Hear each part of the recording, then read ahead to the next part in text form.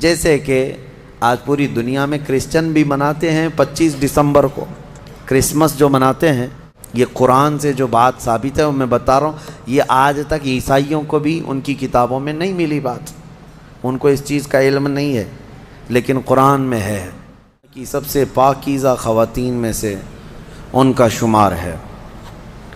حضرت be be مریم کی ولادت کا واقعہ میں تیسرے پارے کی تفسیر میں سورہ آل عمران میں عرض کیا تھا کہ ان کے ماں باپ نے منت کی تھی، ان کے حضرت بی بی مریم کی ماں حنا اور ان کے والد عمران، انہوں نے منت کی تھی کہ اگر بیٹا ہوگا تو بیت المقدس میں وقف کریں گے۔ پھر وہ بیٹی پیدا ہوئی، پھر بھی انہوں نے بیت المقدس میں وقف کیا، اور جب حضرت بی بی مریم کچھ جوان ہوئیں تو ایسا ہوا کہ اللہ کریم کے حکم سے جبرائیل امین علیہ السلام آئے اور آ کر کے ان سے کہا کہ میں تمہیں ایک بیٹا دینے کے لیے آیا ہوں۔ تو حضرت بی بی مریم گھبرائیں، کہا انی اعوذ بالرحمن منک ان کنت تقیا، اگر تو نیک آدمی ہے تو دور ہو جا، میں اللہ کی پناہ مانگتی ہوں تجھ سے، مجھے آج تک کوئی مرد نے چھوا تک نہیں ہے۔ تو پھر حضرت جبرائیل نے کہا انما انا رسول ربک لاہب لک غلاما زکیا، میں تو تیرے رب کا فرشتہ ہوں، تیرے رب کا قاصد ہوں، بھیجا ہوا ہوں، اور تجھے ایک بیٹا دینے کے لیے آیا ہوں۔ بی بی مریم نے پوچھا، قالت انا یکون لی غلام ولم یمسسنی بشر ولم اک بغیا، مجھے بیٹا کیسے ہو سکتا ہے، مجھے آج تک کسی مرد نے چھوا نہیں اور نہ ہی میں بدکار عورت ہوں، مجھے کیسے بیٹا ہوگا؟ قال کذالک، جبرائیل امین نے کہا ایسے ہی اللہ چاہتا ہے۔ ہوا علی ہین، قال ربک ہوا علی ہین وقد خلقتک من قبل ولم تک ہوا علی ہین ولنجعلہ آیۃ للناس، تیرا رب یہ فرما رہا ہے کہ یہ کام اس کے لیے بڑا آسان ہے، رب تعالیٰ کے لیے بڑا آسان ہے، اور تجھے بغیر کسی شوہر کے ٹچ کیے چھوئے ایک بیٹا دے گا اللہ تعالیٰ، تاکہ اس بیٹے کو اللہ اپنی نشانی بنا دے اور اپنی طرف سے اس کو رحمت بنائے، اور اللہ کا یہ فیصلہ ہے۔ یہ بات چیت ہو رہی کس کے درمیان؟ حضرت بی بی مریم اور حضرت جبرائیل علیہ السلام۔ جبرائیل علیہ السلام اللہ کے فرشتے ہیں، فرشتوں کے اندر یہ بات پہلے سے آپ کو یاد رہے، نہ وہ فرشتے مرد ہیں نہ عورت ہیں، نہ ان کے اندر انسانی فطرت کے تقاضے جو ہوتے ہیں، شہوتیں، وہ بالکل نہیں ہوتی۔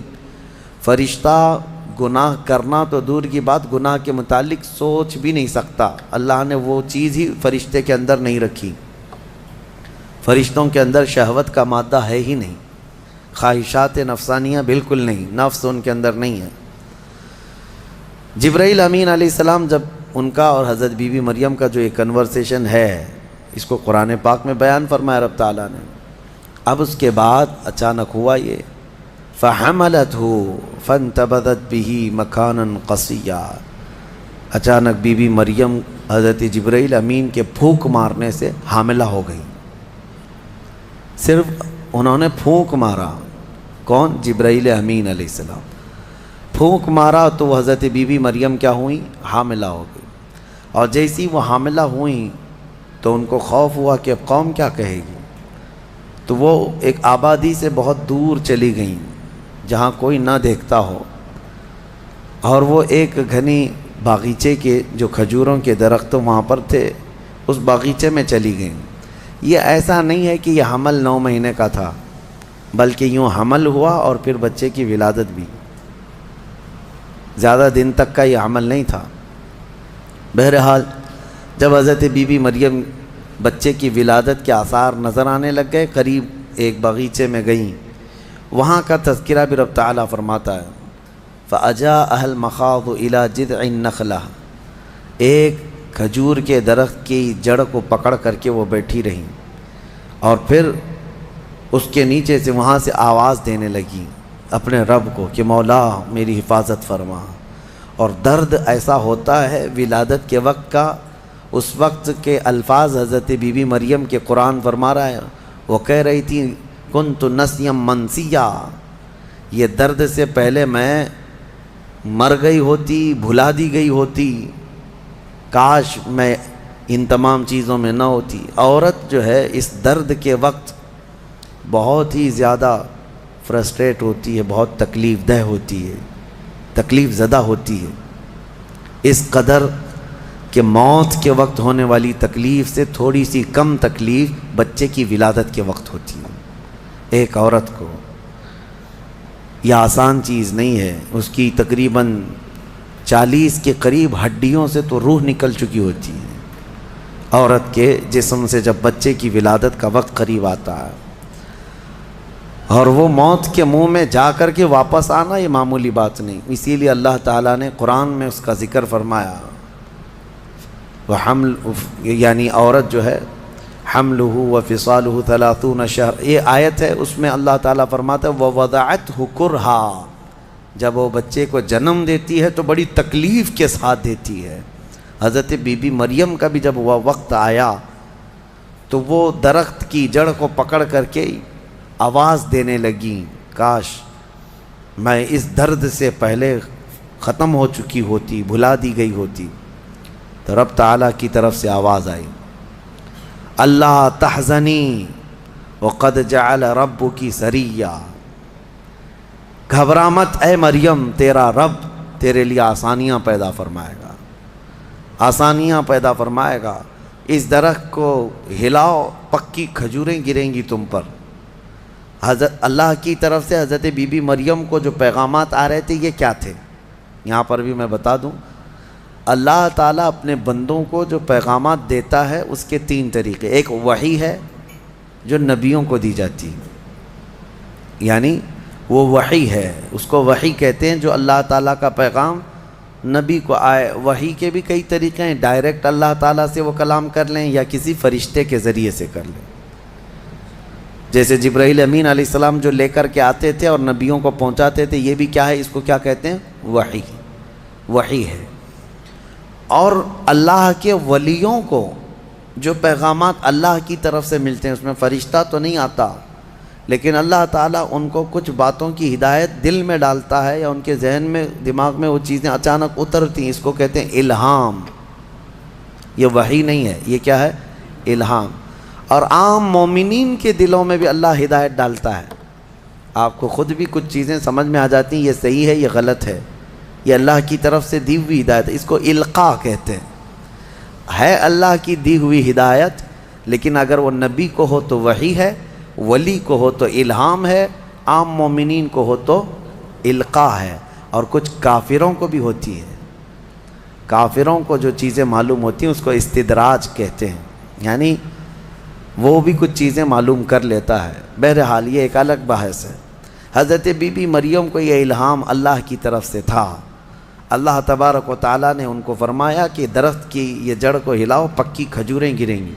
کھجوریں گریں تو اللہ کا حکم ہوا فکلی وشربی وقری عینا، کھاؤ پیو اور اپنی آنکھیں ٹھنڈی کرو۔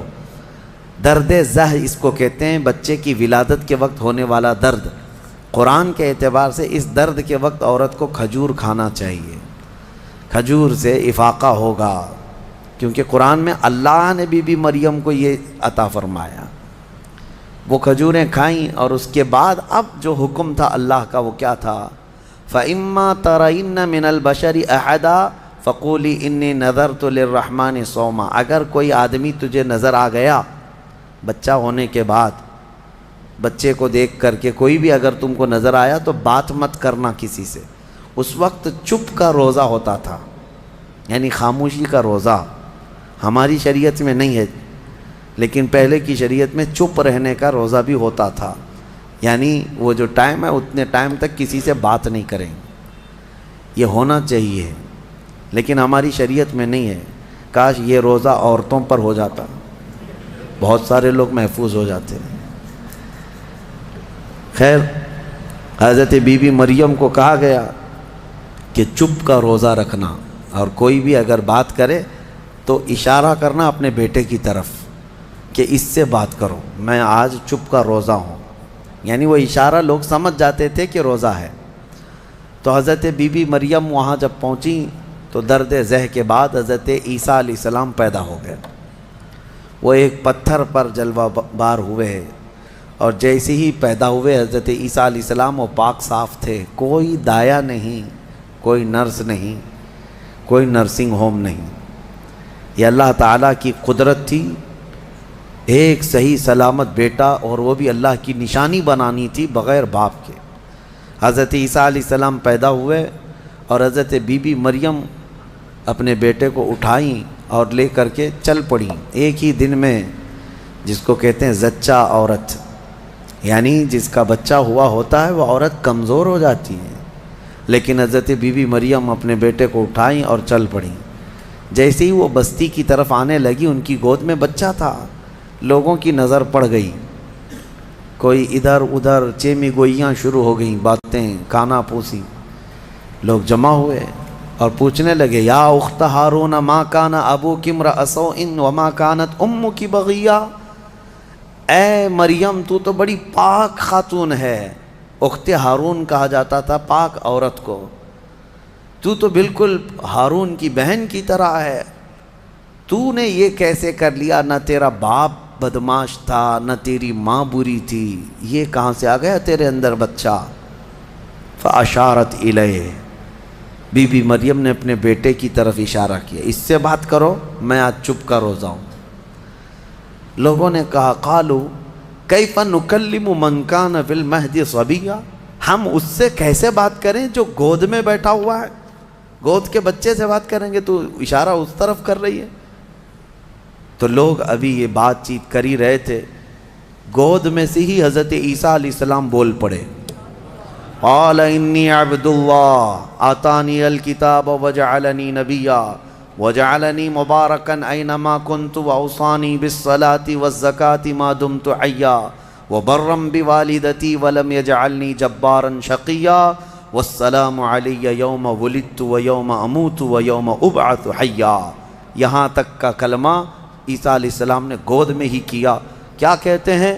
اے لوگوں، میں اللہ کا بندہ ہوں، انی عبداللہ، میں اللہ کا بندہ ہوں، اور اس نے مجھے نبی بنا کر بھیجا ہے۔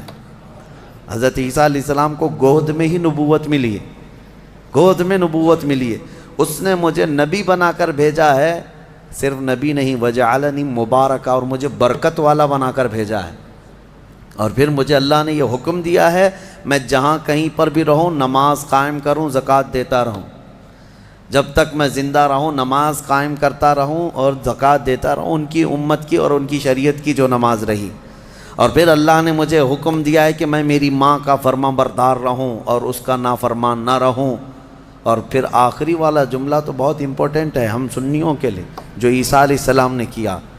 عیسیٰ علیہ السلام کی ولادت کا دن، جیسے کہ آج پوری دنیا میں کرسچن بھی مناتے ہیں 25 دسمبر کو، کرسمس جو مناتے ہیں، الگ الگ روایتیں واللہ عالم جو بھی ان کی پیدائش کا دن رہا، لیکن عیسیٰ علیہ السلام کا یہ جملہ بڑا امپورٹنٹ ہے۔ آخر میں اپنی گود میں انہوں نے کیا کہا؟ والسلام علی یوم ولدت ویوم اموت ویوم ابعث حیا، کہتے ہیں مجھ پر اللہ کی سلامتی ہو جس دن میں پیدا ہوا، جس دن میں پیدا ہوا، اور جس دن میں انتقال کروں گا، اور جس دن میں اٹھایا جاؤں گا، وہ سب ان سب دنوں پر اللہ کی سلامتی ہو۔ عیسیٰ علیہ السلام جس دن پیدا ہوئے وہ سلامتی والا دن ہے، تو 12 ربیع الاول کیوں نہ سلامتی والا دن؟ میرے آقا صلی اللہ علیہ وسلم جس دن پیدا ہوئے کیا وہ سلامتی والا دن نہیں ہے؟ اور ایک نبی خود اپنی ولادت کے دن سلام بھیج رہے ہیں، اور یہاں کروڑوں امتی اپنے نبی کے پیدائش کے دن سلامتی بھیجیں، تو یقیناً یہ قرآن کے حکم کے مطابق ہے۔ بہرحال یہاں تک بات ہوئی، اب چپ ہو جانا چاہیے۔ بچے کی زبان سے جب یہ باتیں سن لی، یہ معجزہ نہیں تو اور کیا ہے؟ اس کے بعد عیسیٰ علیہ السلام ایسا نہیں کہ گود میں ہی بولتے تھے، بس اتنا بولے اور خاموش ہو گئے۔ پھر جب بولنے کی عمر آئی بچوں کی، تب آپ پھر بولنے لگے۔ اب عیسیٰ علیہ السلام کے متعلق اب سنیے، جب آپ پھر جوان ہوئے اور عجیب و غریب باتیں، ظاہر سی بات ہے اللہ کے نبی ہر زمانے میں پاک لوگ ہوا کرتے ہیں، پاکیزہ لوگ، ان کی زبان میں اثر الگ۔ پھر اللہ تبارک و تعالیٰ نے آپ کو جب نبوت گود میں عطا کی تھی، تو جوان ہوتے ہی آپ نے تبلیغ اپنے دین کی شروع فرمائی، لوگوں کو ایمان کی طرف بلائے، ایک خدا کی عبادت کی طرف، آخرت کی طرف لوگ آتے رہے اور آپ کی طرف متوجہ ہوتے رہے۔ یہ زمانہ یہودیوں کا ہے، بڑے ڈینجر لوگ ہیں ہر زمانے میں، یہ یہودی بڑے ڈینجر ہیں۔ یہ ظالم جو ہے معمولی نہیں ہے۔ کیوں ان کے اوپر اللہ نے قرآن میں لعنت فرمائی ہے؟ یوں ہی نہیں، یہ ان یہودیوں نے تقریباً 10,000 نبیوں کا قتل کیا ہے۔ ہاں، جیوز لوگوں کو آج برا لگتا ہے میری تقریروں کو کوٹ کر کے بہت سارے جگہ، اس وجہ سے تو میری تقریریں لے کر اسرائیل والے بیٹھے ہیں، مجھے ویزا نہیں دیتے، مجھے اس سے فرق نہیں پڑتا۔ ہمارے لیے جو اصلی ویزا ہے وہ مدینہ طیبہ کا ہے، جب تک وہ دروازہ کھلا ہے ہماری روح جسم میں باقی ہے۔ اور میرے آقا صلی اللہ تعالیٰ علیہ وسلم کے عنایت سے، ان کے کرم سے ہمیں اتنا یقین ہے کہ اگر جانے کی طاقت استطاعت کہیں کی بھی نہ ہو، اتنا یقین ضرور ہے میرے اعمال کا بدلہ تو جہنم ہی تھا، میں تو جاتا میرے سرکار نے جانے نہ دیا۔ جب وہ جائیں گے اپنے غلاموں کو ساتھ لے کر جنت میں جائیں گے انشاءاللہ۔ یہودیوں نے اس وقت بھی نبیوں کی دشمنی کی تھی، اب عیسیٰ علیہ السلام کے دشمن ہو گئے۔ ان کو یہ تھا کہ ان کی طبیعت کے خلاف جب بھی کوئی بات کرے تو اس کے دشمن ہو جاتے تھے۔ یہودیوں کو یہ چاہیے تھا کہ ان کی طبیعت میں جیسی ہے ویسی شریعت ہونی چاہیے، الگ سے اللہ کے احکامات کو نہیں ماننا ہے، کتاب کے جو احکامات ہیں اسے نہیں ماننا ہے، نبیوں کے احترام نہیں ہے، ان کو خود کی بنائی ہوئی شریعت چاہیے۔ بڑے امیر لوگ کچھ غلطی کریں تو انہیں معاف کرنا چاہیے، غریب لوگ کریں تو انہیں خوب مارنا چاہیے، یہ یہودیوں کی طبیعت تھی، یہودی یہ چاہتے تھے۔ عیسیٰ علیہ السلام جب جوان ہوئے تو آپ کی طرف لوگ ایمان والے بڑھنے لگ گئے، ان کو حواریین کہا جاتا ہے، جیسے میرے آقا کے ساتھیوں کو کیا کہتا ہے؟ صحابہ اکرام، صحابہ، اور حضرت عیسیٰ علیہ السلام کے جو ساتھی صحابی تھے ان کو حواری کہا جاتا ہے۔ یہ عیسیٰ علیہ السلام کے حواری وہ بڑے مخلص لوگ آپ کے ساتھ تھے، 12 لوگوں کا تو ذکر آیا ہے اور 4 مشہور شاگرد ہیں، انہی 4 لوگوں نے حضرت عیسیٰ علیہ السلام کی پوری انجیل کو ترتیب دیا۔ یوحنا، لوقا، متی، مرقس، یہ 4، انہی کے 4 ناموں سے آج انجیل بھی، بائبل بھی ہے۔ تو بائبل یوحنا کو آج جان کہا جاتا ہے، یوحنا کو یہ بدل کر کے جان کہتے ہیں۔ متی جو ہے ان کو میتھیو کہتے ہیں، اور مرقس کو غالباً کچھ اور نام، مرکری و کچھ نام دیتے ہیں۔ اور یہ تمام جو عربی نام تھے یا عبرانی نام تھے اس زمانے کے، یہ عیسیٰ علیہ السلام کے 4 مشہور شاگرد ہوئے۔ اب عیسیٰ علیہ السلام کے معجزے میں آپ کو بتاؤں، اللہ تعالیٰ نے 3 معجزے آپ کو دیے تھے عیسیٰ علیہ السلام کے، 3 معجزے مشہور ہیں۔ پہلا معجزہ یہ ہے کہ وہ نابینا آدمی جو مادر ذات پیدائشی اندھا ہے، اس کی آنکھوں پر ہاتھ رکھتے تو اس کو آنکھیں آ جاتی، اور جو کوڑ کی بیماری میں مبتلا ہے، سفید داغ کی بیماری یا کوڑ کی بیماری میں مبتلا ہے، عیسیٰ علیہ السلام اس کے جسم پر ہاتھ پھیرتے تو وہ کوڑ کی بیماری ختم ہو جاتی۔ سفید داغ آج بھی لا علاج بیماری ہے، کوڑ کی بیماری لا علاج ہے جیسے کہ مشہور ہے۔ اور تیسری چیز یہ ہے کہ مٹی کے پرندے ہوں، انہیں پھونک مارتے تو وہ زندہ ہو کر اڑ جاتے تھے۔ ہاں، مٹی کے پرندے، اس وقت ٹوائز ہو سکتا ہے مٹی کے بنتے ہوں گے، کھلونے۔ عیسیٰ علیہ الصلوۃ والتسلیم صرف مٹی کے پرندوں کو نہیں، کئی مرتبہ قبروں میں سوئے ہوئے مردوں کو بھی آپ نے زندہ کر کیا ہے۔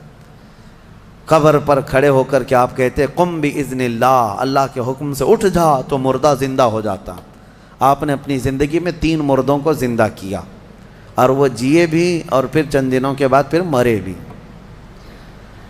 یہ معجزہ تھا عیسیٰ علیہ السلام کا۔ اور اس کے علاوہ کچھ خاص باتیں ان کی یہ بھی ہیں، وہ فرماتے ہیں انبئکم بما تأکلون وما تدخرون فی بیوتکم، اے لوگو تم اپنے گھروں میں جو کچھ جمع کرتے ہو اور جو کچھ کھاتے ہو میں ان سب کی خبر دیتا ہوں، میں سب جانتا ہوں، میں تمہیں خبر دے سکتا ہوں۔ عیسیٰ علیہ السلام اپنے گھر میں بیٹھ کر امتیوں کے گھروں میں کیا ہے سب جانتے تھے، یہ قرآن سے ثابت ہے۔ پھر بھی یہ ظالم ہمارے نبی کے متعلق کہتے ہیں کہ ان کو پیٹھ پیچھے کا علم نہیں تھا۔ بنی اسرائیل کے نبی عیسیٰ علیہ السلام کے بارے میں یہ یقین ہے، قرآن کہہ رہا ہے وہ اپنے امتیوں کے گھروں میں موجود کھانا جمع کرنا اس کو وہ جانتے تھے، عیسیٰ علیہ السلام۔ اور وہ عیسیٰ جو خود میرے نبی کی امت میں آنے والے ہیں، جو اخیر زمانے میں میرے آقا کی امت میں آنے والے ہیں، وہ جب سب کے گھروں کے حالات جانتے تھے تو پھر میرے آقا صلی اللہ تعالیٰ علیہ وسلم اپنے امتیوں کے احوال سے کیسے بے خبر ہو سکتے ہیں؟ الحمدللہ بریلویوں کا یہی کہنا ہے، اور اعلیٰ حضرت فاضل بریلوی رحمۃ اللہ علیہ کا یہ احسان ہے کہ آپ نے صحیح سمت میں جو صحابہ کا عقیدہ تھا وہی عقیدہ ہمیں عطا کیا ہے۔ ہم یہاں سے پکاریں وہ وہاں سے سنیں، مصطفیٰ کی سماعت پہ لاکھوں سلام، اور کوئی غیب کیا تم سے نہاں ہو بھلا، جب نہ خدا ہی چھپا تم پہ کروڑوں درود۔ حضور پاک صلی اللہ تعالیٰ علیہ وسلم کی نظروں میں اللہ نے سب چیزوں کو عیاں کر دیا۔ اب اس کے بعد ہوا کیا؟ یہ یہودی ظالم عیسیٰ علیہ السلام کے دشمن ہو گئے، کیونکہ آپ کا دین پھیلتا جا رہا تھا، عیسائی بڑھتے جا رہے تھے۔ عیسائیوں کی جب تعداد بڑھ گئی تو یہودیوں کو خطرہ ہونے لگ گیا کہ یہ اب پوری کی پوری حکومت ان کے ہاتھ میں چلی جائے گی جو برسوں سے ہم لے کر چل رہے ہیں۔ تو انہوں نے حضرت عیسیٰ علیہ السلام کو مارنے کا پلان بنایا، جیسے پہلے نبیوں کو مارتے تھے پھر انہوں نے مارنے۔ آج آپ کو یہ لگ رہا ہوگا کہ عیسائی اور یہودی مل چکے ہیں، یہ جھوٹی ملاقاتیں ہیں ان کی، یہ صرف اور صرف اسلام کی دشمنی میں دونوں اپنی جنگوں کو ٹھنڈی رکھے ہیں، ورنہ ہر زمانے میں سب سے زیادہ خطرناک لڑائیاں عیسائیوں کی اور یہودیوں کی ہوئی، قرآن نے بھی کہا ہے۔ ابھی اگر میں کہوں تو لوگوں کو عجیب سا محسوس ہوگا، ہٹلر کا ظلم کیا تھا؟ یہودیوں کے خلاف تھا۔ اور بیت المقدس میں ہرکیولس جس کو ہرقل کہا جاتا ہے، اس نے تو توڑ کر کے اینٹ سے اینٹ بجا کے رکھ دیا تھا۔ ٹائٹس ایک بادشاہ گزرا عیسائیوں کا، اس نے تو پورے یہودیوں کو ختم کر رکھا تھا، خون سے نہلا دیا تھا پوری زمین کو۔ بہت مرتبہ ان کی لڑائیاں ہوئی، اور جب یہودی پاور میں آتے عیسائیوں کو مارتے تھے۔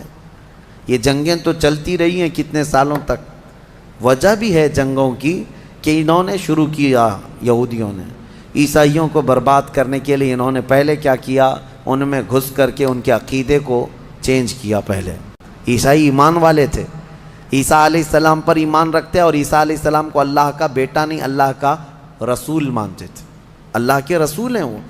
یہودیوں نے انہیں گمراہ کیا، پادری بنا بنا کر کے انہیں میں گھسا دیا کہ وہ پادری ایسے چرچوں میں گئے جہاں جا کر کے انہوں نے بائبل کو اپنے انداز سے شرح لکھنا شروع کیا کہ اس کا مطلب یہ ہے، اس کا مطلب یہ ہے، اور پھر بعد والی جنریشن نے اس کا عقیدہ بنا لیا۔ یہ یہودی اسی طرح سے ہماری امت میں بھی گھس گھس کر کے فرقے بنا ہے، ان کا کام یہ ہے ہر زمانے میں۔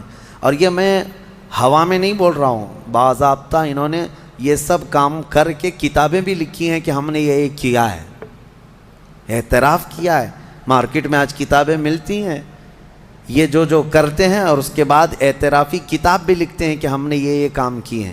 بہرحال عیسیٰ علیہ السلام کو قتل کرنے کا منصوبہ بنایا اور ان کے گھر کے اطراف جمع ہو گئے۔ عیسیٰ علیہ السلام کو اللہ تعالیٰ نے وحی کے ذریعے بتا دیا کہ تمہارے دشمن تمہارے قتل کے درپے ہیں۔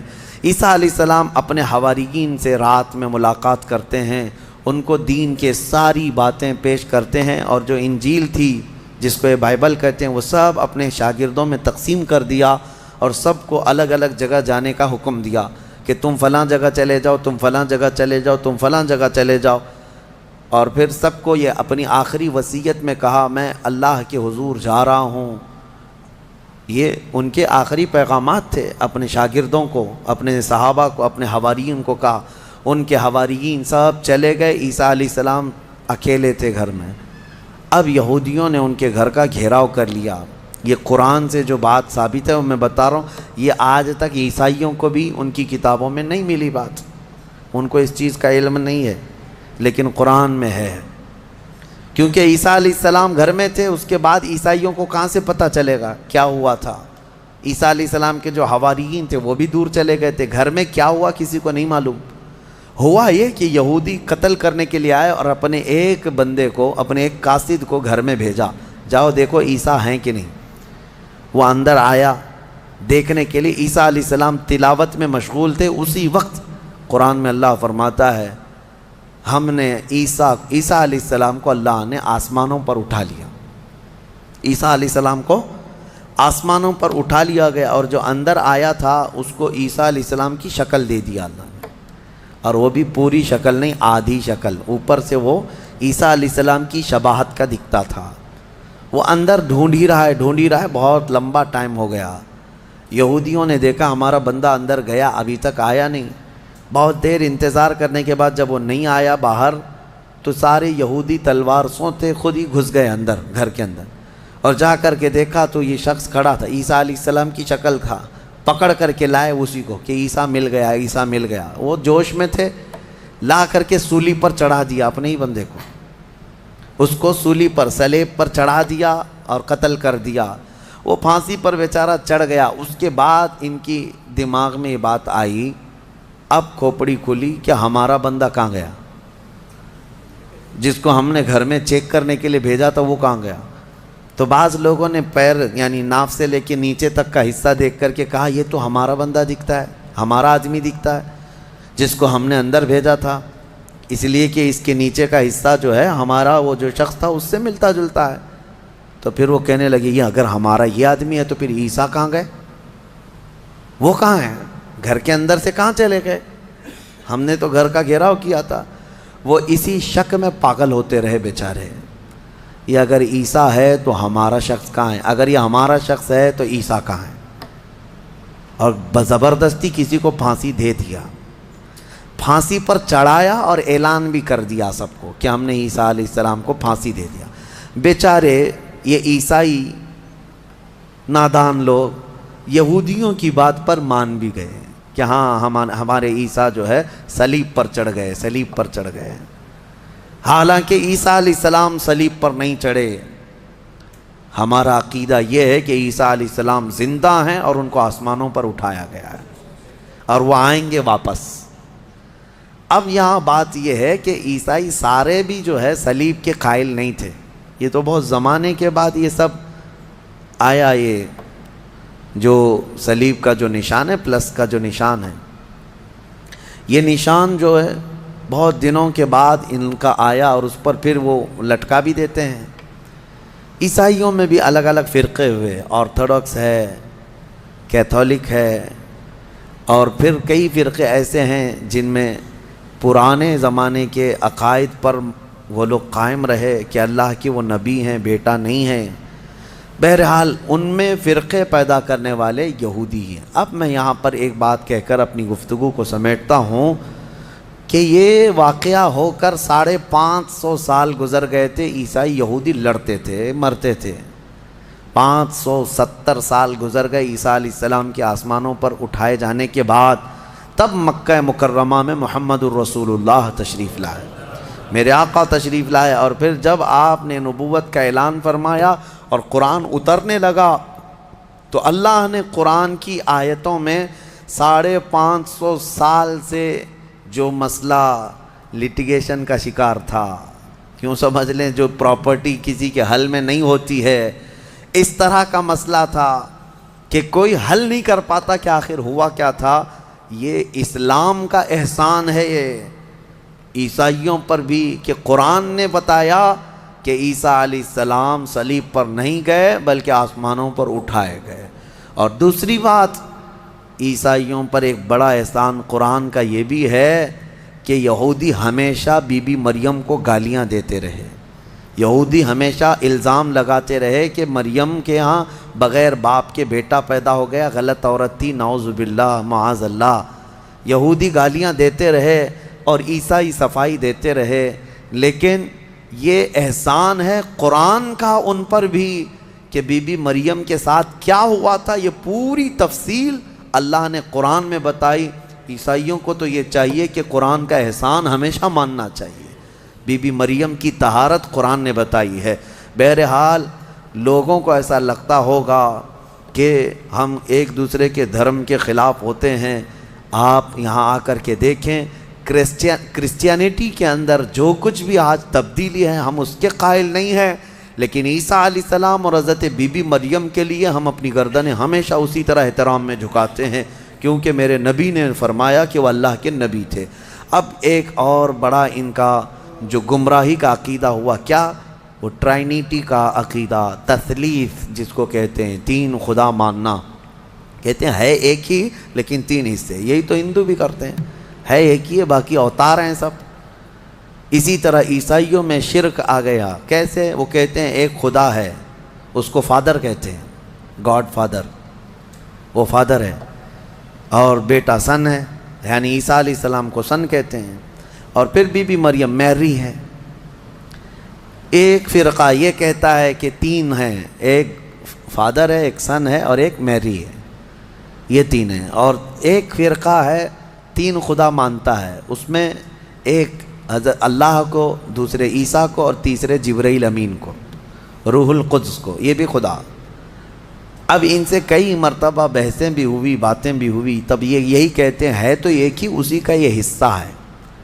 اور آج ہم نے قرآن میں تلاوت کی ہے سورہ مریم کے اخیر میں اللہ نے فرمایا وَمَا يَنبَغِي لِلرَّحْمَنِ أَن يَتَّخِذَ وَلَدًا. اللہ کو یہ زیب نہیں دیتا کہ وہ کسی کو بیٹا بنائے، کسی کو بیٹا بنائے. اب میں آپ کو منطق کے اعتبار سے بھی اگر بتاؤں، بیٹا جو ہوتا ہے وہ باپ کا وارث ہوتا ہے، باپ کا وارث ہوتا ہے. اگر اللہ پوری زمینوں آسمانوں سب کا مالک ہے تو پھر بیٹے کو بھی وراثت میں وہی چیزیں ملنی چاہیے. اور بیٹا بھی برابر کا ہے تو خدا کا تصور کہاں رہا؟ خدا کا تصور کہاں رہا؟ خدا وہ ہے جس کے ساتھ ہم کسی کو شریک نہیں مانتے. اور پھر یہ بھی ہے کہ اگر اللہ کو بیٹا بنانا ہوتا تو اپنے حبیب کو بیٹا بناتا، لیکن اللہ تعالیٰ اس سے پاک ہے، منزہ ہے. لم یلد ولم یولد. ہمارا عقیدہ یہ ہے، نہ وہ کسی سے پیدا ہوا نہ اس سے کوئی پیدا ہوگا. انہیں اس عقیدے سے باز آنا چاہیے. لیکن ایک خوشخبری ہے، ایک خوشخبری ہے کہ دنیا میں جتنے عیسائی ہیں، کرسچین ہیں، یہ چاہے مانے نہ مانے، عیسیٰ علیہ السلام جب دنیا میں آئیں گے تو روایات میں یہ ملتا ہے کہ وہ سب کے سب پھر ایمان لائیں گے انشاءاللہ. اور پھر ہر پرچم جو گھر سے لہرائے گا، جواب میں ہر جگہ گھر سے یہی آواز آئے گی لبیک یا وآخر دعوانا ان الحمدللہ رب